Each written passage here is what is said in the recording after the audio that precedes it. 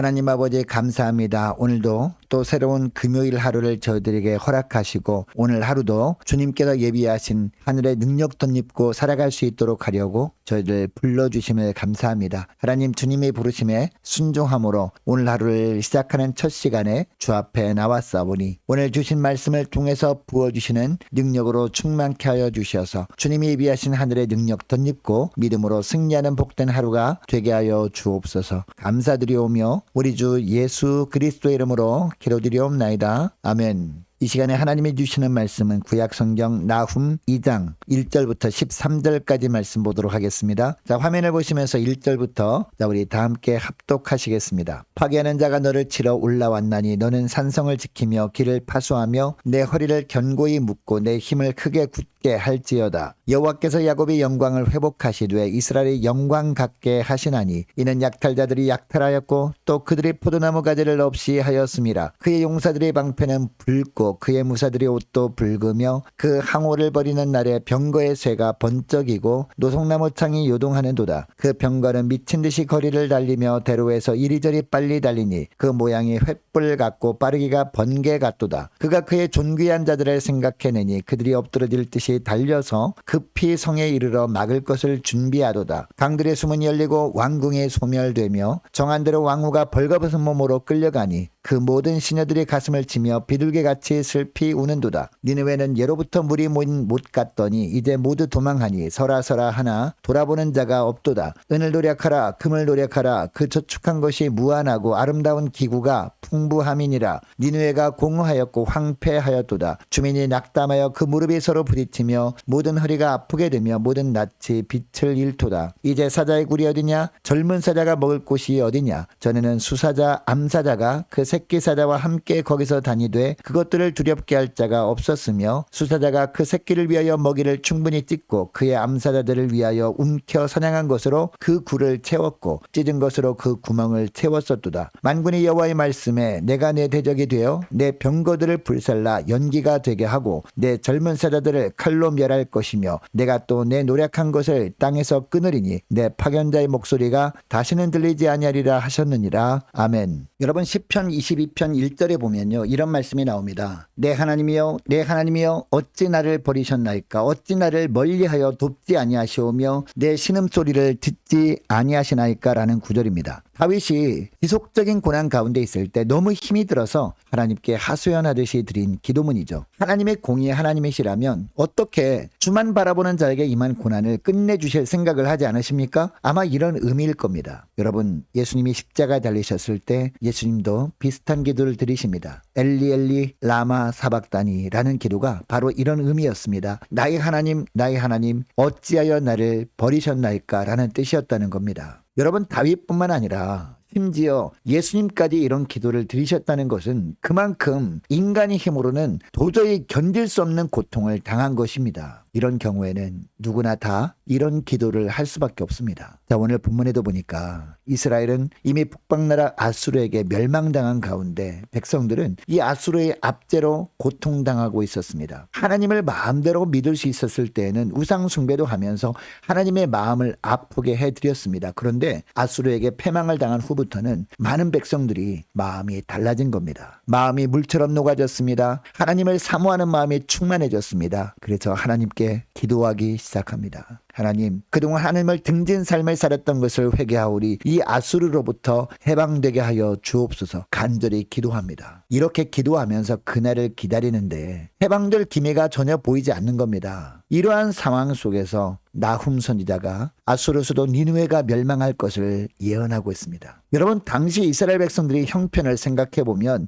지푸라기 하나라도 잡고 싶은 심정이었을 겁니다. 소중하게 생각했던 것들을 다 약탈해 갔습니다. 소중한 터전도 거의 아수르 군사들이 다 짓밟아 버렸습니다. 어디에도 아무런 희망은 보이지 않습니다. 이런 때에 자기들을 괴롭혀온 이 아수르가 결국 멸망할 것이라는 예언은 모든 이스라엘 백성들에게 빅뉴스가 아닐 수 없었습니다. 오늘날로 보면 선한 사람들에게 고난이 더 가중되는 것처럼 보입니다. 편하게 주일에만 출석하면서 믿음 생활하는 사람들은요 아무렇지도 않습니다. 그러나 날마다 새벽 기도할 정도로 믿음으로 살고 있는데 대적들은 나를 어떻게 하든지 거꾸러뜨리려고 합니다. 기도하면 하나님이 즉시 응답해 주시면 좋을 것 같은데 전혀 그렇게 될 기미도 보이지 않습니다. 이런 상황에 있는 사람들에게 오늘 우리가 읽은 나훔서 메시지는 용기를 줍니다. 자, 1절을 보면 파괴하던 자가 이제는 파괴를 당할 것이라고 합니다. 열국을 흩어지게 하던 자가 이제는 흩어짐을 당하게 될 것이라고 합니다. 여러분 역사적으로 볼 때 아수르가 이스라엘을 멸망시킬 당시 그 나라의 위용은 정말 대단했습니다. 어떤 나라도 대적이 안 될 것처럼 보였습니다. 역사 기록을 보면 이 아수르 군대가 칼을 한번 휘두르면요 수많은 병사들이 비바람에 벼이삭이 쓰러지듯 쓰러졌다라고 합니다. 그런데 이런 나라의 위세도 영원한 것이 아니었습니다. 역사적으로 하나님이 또 다른 강대국을 일으키셨는데 그 나라가 바벨론과 메대였습니다. 이 바벨론과 메대 연합군을 통해서 이 아수르를 하나님께서 심판하시겠다는 내용이 바로 오늘 본문입니다. 여러분 바벨론 연합군과 전쟁을 벌일 때 아수르도 그냥 당하고 있지만은 않았습니다. 산성을 철통같이 지킨다고 하기는 하였습니다. 길에 파수꾼을 세웠습니다. 준비를 아주 철저하게 하면서 전쟁 준비를 했습니다. 그러나 여러분 이처럼 아무리 인간적으로 세밀하게 준비했다고 할 것이지만 하나님의 뜻은 꺾지 못할 것이라고 말씀하십니다. 5절을 보니까요. 군대를 동원해서 성문을 막아도 뚫릴 것이라고 합니다. 6절을 보니까 아수르를 난공불락의 요새가 되게 해주었던 강들이 오히려 대적들이 들어오는 통로가 될 것이라고 합니다. 그래서 결국 수문이 열려 왕궁이 헐릴 것이라고 하고 있습니다. 가장 믿었던 안전장치가 도리어 망하게 하는 수단으로 전락할 것이라고 하십니다. 자, 9절 말씀도 보면 은과 금과 쌓아둔 아름다운 기구들이 그들을 지켜주지 못할 것이라고 하십니다. 하나님께서 인정하지 않는 재물은 쓰레기에 불과하다는 것입니다. 그리고 10절에 보니까 최고의 번영과 영화를 누리던 니느웨는 텅 비고 황폐해질 것이라고 합니다. 여러분, 이날 아수르에게는요 재앙의 날일 것입니다. 반면에 이스라엘에게는 이 날이 어떤 날이 될 것이라고 하고 있습니까? 해방의 날이 될 것이라고 합니다. 무너진 영광이 회복되는 날이 될 것이라고 하십니다. 여러분, 하나님은 불순종하던 이스라엘을 잠시 아수르라는 막대기로 치셨습니다. 이스라엘을 볼 때는요 너무나 아픈 기억이었습니다.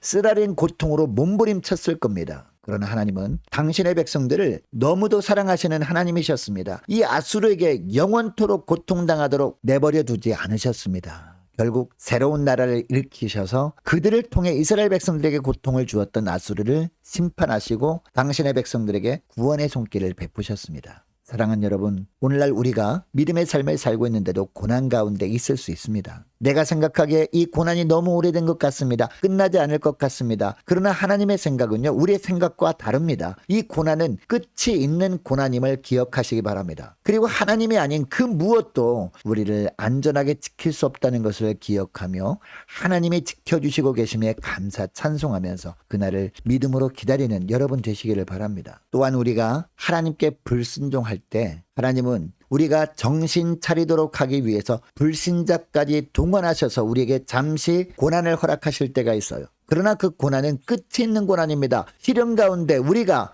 회개하기만 하면 우리가 생각하지도 못한 하나님만의 방법으로 회복의 길을 열어주십니다. 이것을 기억하시고 시련 가운데 힘들다고 하소연만 하지 말고 하나님 이외의 물질과 세상의 권력을 의지하던 삶을 철저하게 회개하는 저와 여러분 되시기를 원합니다. 이제는 주님만 신뢰하는 삶을 살면서 하나님이 회복시켜 주실 그날을 기다릴 수 있는 저와 여러분 되시기를 주의 이름으로 축복합니다. 자, 오늘 말씀을 기억하면서 함께 기도하기를 원합니다. 이렇게 기도했으면 좋겠습니다. 하나님이 지켜주심에 감사 찬송하며 회복의 날을 믿음으로 기다리는 저희를 되게 하여 주옵소서. 주님만 신뢰하는 삶을 살면서 주의 날을 기다리는 복된 하루가 되길 원합니다. 간절히 기도했으면 좋겠습니다. 하나님, 모든 공예배가 회복되게 주옵소서. 간절히 기도하길 원하고 기도로 깨어있는 성도를 되도록 함께 기도하길 원합니다. 많은 환우들 위해서 기도해 주시기 바라고 우리 청년들의 믿음 회복과 청년들의 앞날을 위해서 유초등부 중고등부 예배 회복을 위해서 함께 기도하길 원합니다. 군복무 중인 이시훈 형제를 위해서 함께 기도하길 원하고 우리 성사님들 각 가정을 위해서 나라 민족을 위해서 함께 기도하길 원하고 우리 교회의 앞날을 위해서 그리고 저와 여러분이 가지고 나온 기도 제목을 놓고 우리 함께 기도하기를 원합니다. 기도하겠습니다.